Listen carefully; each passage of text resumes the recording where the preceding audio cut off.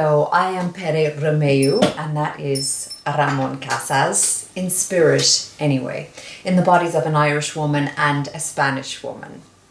We are two of the original 4 cats from Els Quatre Gats in Barcelona, 1897. I ran the place as maitre d' and Ramon paid for the place. We are stuck inside a Picasso, inside the Hunt Museum. Forever? Yes, forever. But we do believe that there are others just like us incarcerated behind glass in this building. We must probe for signs of life.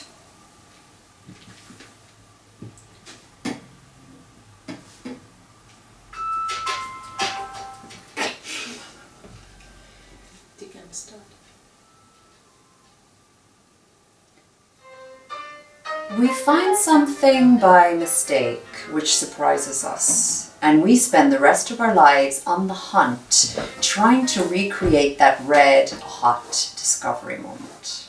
This is how it happened for John Hunt, or Sean O'Fiach, as they like to call him here, when he discovered at 12 years of age a flint arrowhead on the road. But how do we relay that uncovering a secret deep in the dirt thrill to the passing public? Well, we bring Antrim's Cape Castle bog to the Hunt Museum, dump the bog over the building with everyone, everything, and all of the notes pertaining to the objects buried inside, and we hand out shovels at the main gate on Rutland Street, make instant archaeologists out of passers-by. Do you want to bring a bog to the Hunt Museum and have the tourists dig us out? Well, yes, it's a thing to do, isn't it? I don't want to be in a bog. Well, wasn't it good enough for the bronze Cape Castle bucket upstairs? That bucket was beaten from the inside out with a rock. Anything after that would be a holiday. Nonsense. Don't you forget who is the money man here. I won't forget who the bloody money man is here.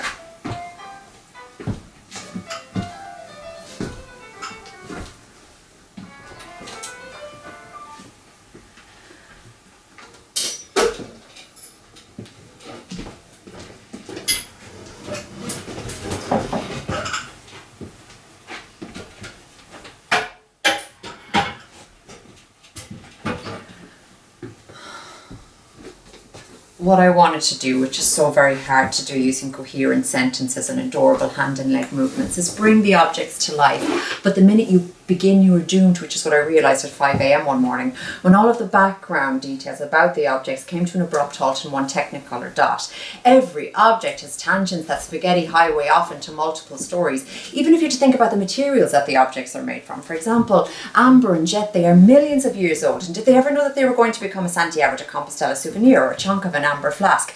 And what about stone objects, which can't be dated? Only the organic material around them can be carbon dated, but what if the organic material around them is much younger, and the stone object was in fact brought from Egypt? Don't ask me how, I haven't got that far yet. And the problem is that history is a tornado, but not everything gets caught up in it. What is too heavy stays in the ground. And this is what the spindle worlds upstairs must have felt like when they were built what they were meant to do, not what they are doing now, which is nothing. And so my face melts, along with the approximately 2,000 other items, including the silver James Joyce death mask, melts into a sea of ouzo, which is a 14th century monk invention from Mount Athens, which just about fits into the preferred Middle Ages for the Hunts. And there is a tsunami out the front doors, through the arcaded columns of the back doors. And Arethusa and the dolphins from the Syracusan decadram are leaping about. And it's a miracle that the fiberglass horses don't smash with myself and Ramon atop, me wearing the liturgical warped linen silk cope around my shoulders, the bishop's mitre on my head, and beating a rogue-possessed shield in the gate with the crozier. And Ramon wearing the Prussian iron crown with the Mary Queen of Scots cross. Oh, and there's a Bordelot imbued with the spirit of the past lectures of Louis Bordelot, which is what the Bordelot was invented for, because there would be queues of people going out through the church doors, lining the pews. They'd be waiting around for hours, and so they needed a Portobello. And his wise words were floating out through the gold-plated oval rim all around the city of Limerick, with the seagulls pecking at us.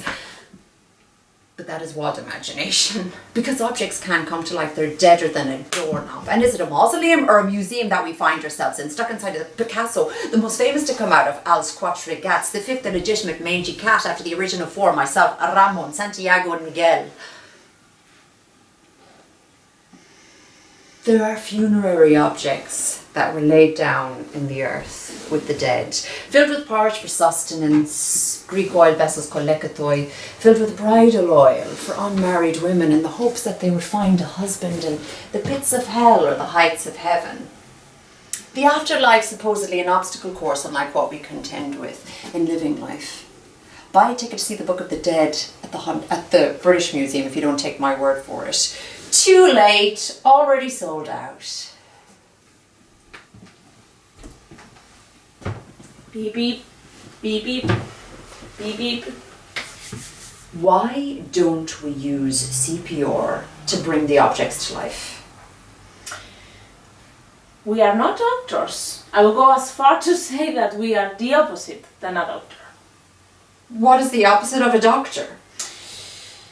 Okay, Doc, be my guest. Make your magic with this shadow of a cat.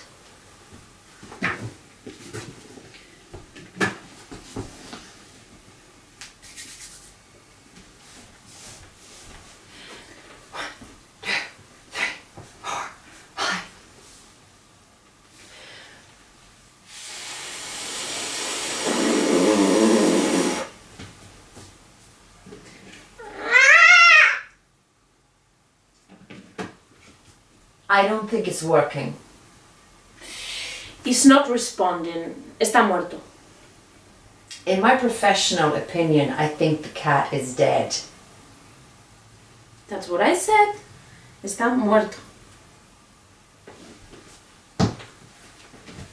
We could get in touch with UL's medical students and see if there's any wannabe Frankensteins amongst them. They could pull the stuffing out of the cat, force a heart and circulation system inside, inject it with electricity, and then hook it up to Ardnacrusha power station. And if they can do a job on the dead cat, they can do a job on the well-carved Apollo out there, the god of music and poetry. But better he never be real, because he couldn't live up to the fantasy that I have of him. Yes, better he stay in his box. Better all objects stay in their boxes. Like a doll? Like a doll or a corpse. But Pere, don't you forget, we are in a box. Oh Scheiße, das ist richtig. We are in a box. We are in a glass case. We are in a glass case.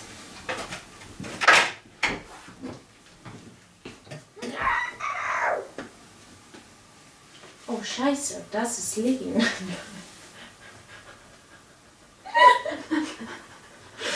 Sorry. I love this sound.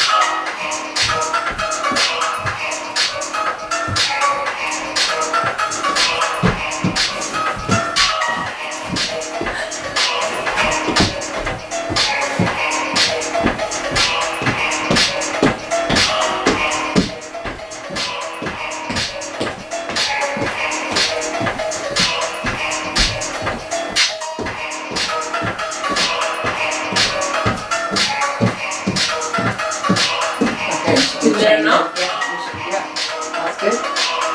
Yeah, good.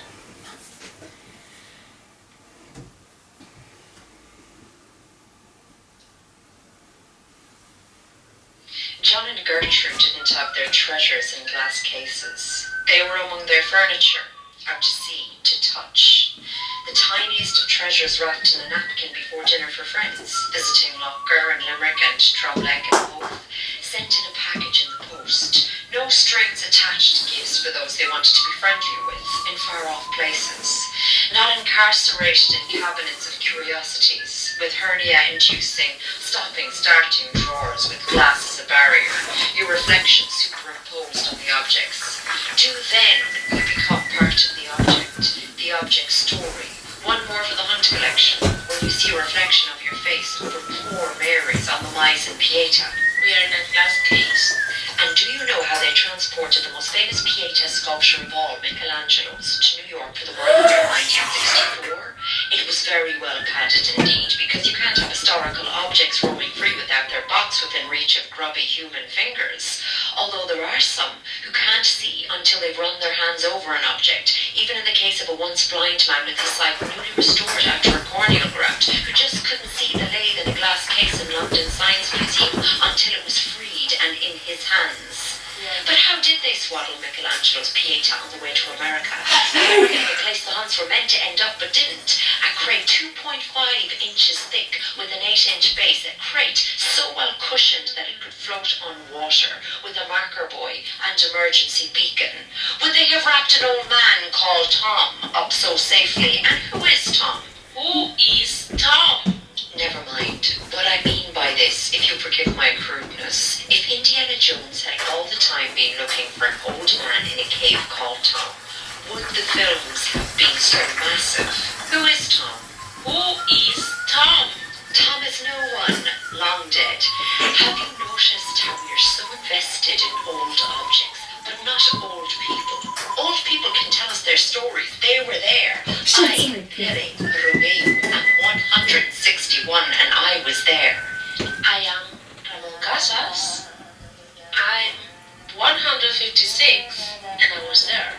Objects tell you nothing. We know this. We have tried. We have walked the floors of this place when there is no one about, and you can hear whispers or whole crowds inside the objects, but nothing comes out to confirm if it is real or you are mad, so I presume we are mad. Can you be mad if you are not real? Because we are not real. We're not real? If Jackie Kennedy or any of the other influential guests of the Hunts had knocked a treasure over and it had cracked down the middle, would the truth have crawled out? We'll never know. How do you dial out? You mean how do you dial out with a telephone? Out of where? Out of a Picasso. In the middle of the inanimate or an object is air. Is an object story its creator and guardians and Lucius through the ages? Doesn't an object just sit still for looking at? What was made for humble use's sake has long been worn away to dust, and what was made to make neighbours jealous remains lit on shelves in museums, grand houses, and avalanching in value in shipping containers at a port near you. So there is no story, and the object is fully independent of its subjective creator, who lost a phantom body portion when the thing was declared made and ready for sale, and therefore independent of the artist's hands. The object, independent of money and changing hands, uncooperative, dead. Object objected to the last. And now it's time for absinthe, the green hour, Laura the Fruit.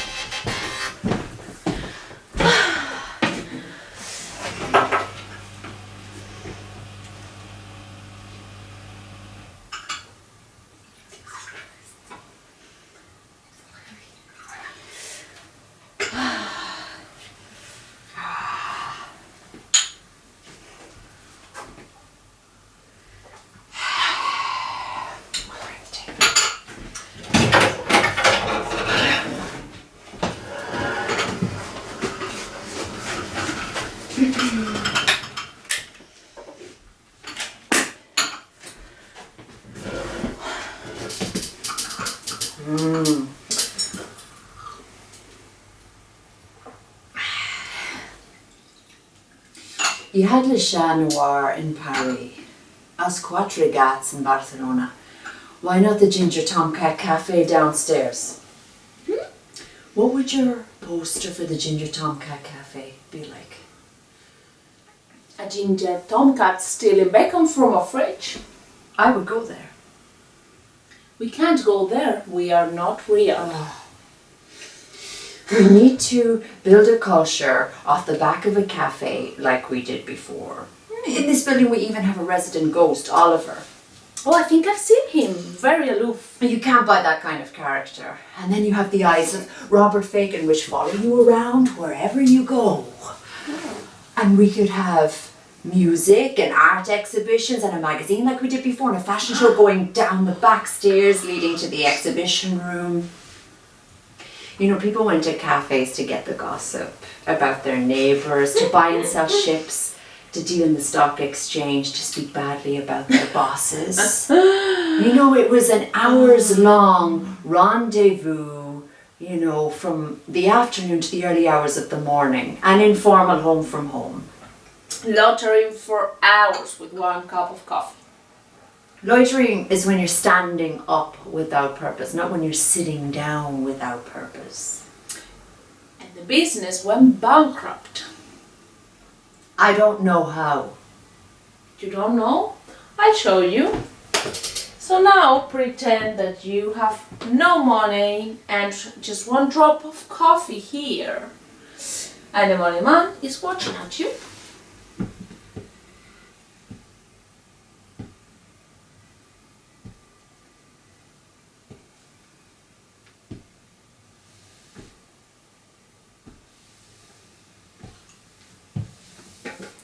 Sounds of cafe. Betty, we are here again. I can hear it. There is some bread and it's still warm, it smells. Oh my God, I can hear Albany playing the piano. He's just making it up on the spot. It's enough to make a grown man cry. Like, where would you get this now? And Miguel is saying that you are jealous of Picasso, but then you say, no, I'm not jealous of Picasso, I inspired him. And I'm pointing up at the poster that you made for Els Quatre Gats, and it has that phrase in Catalan. What does it mean in English? To ride a bicycle, you can't go with your back straight. So basically, in order to make progress, we must break tradition. Sounds of cafe stop. Are we still here? No, it's gone. But it was just here. It's gone.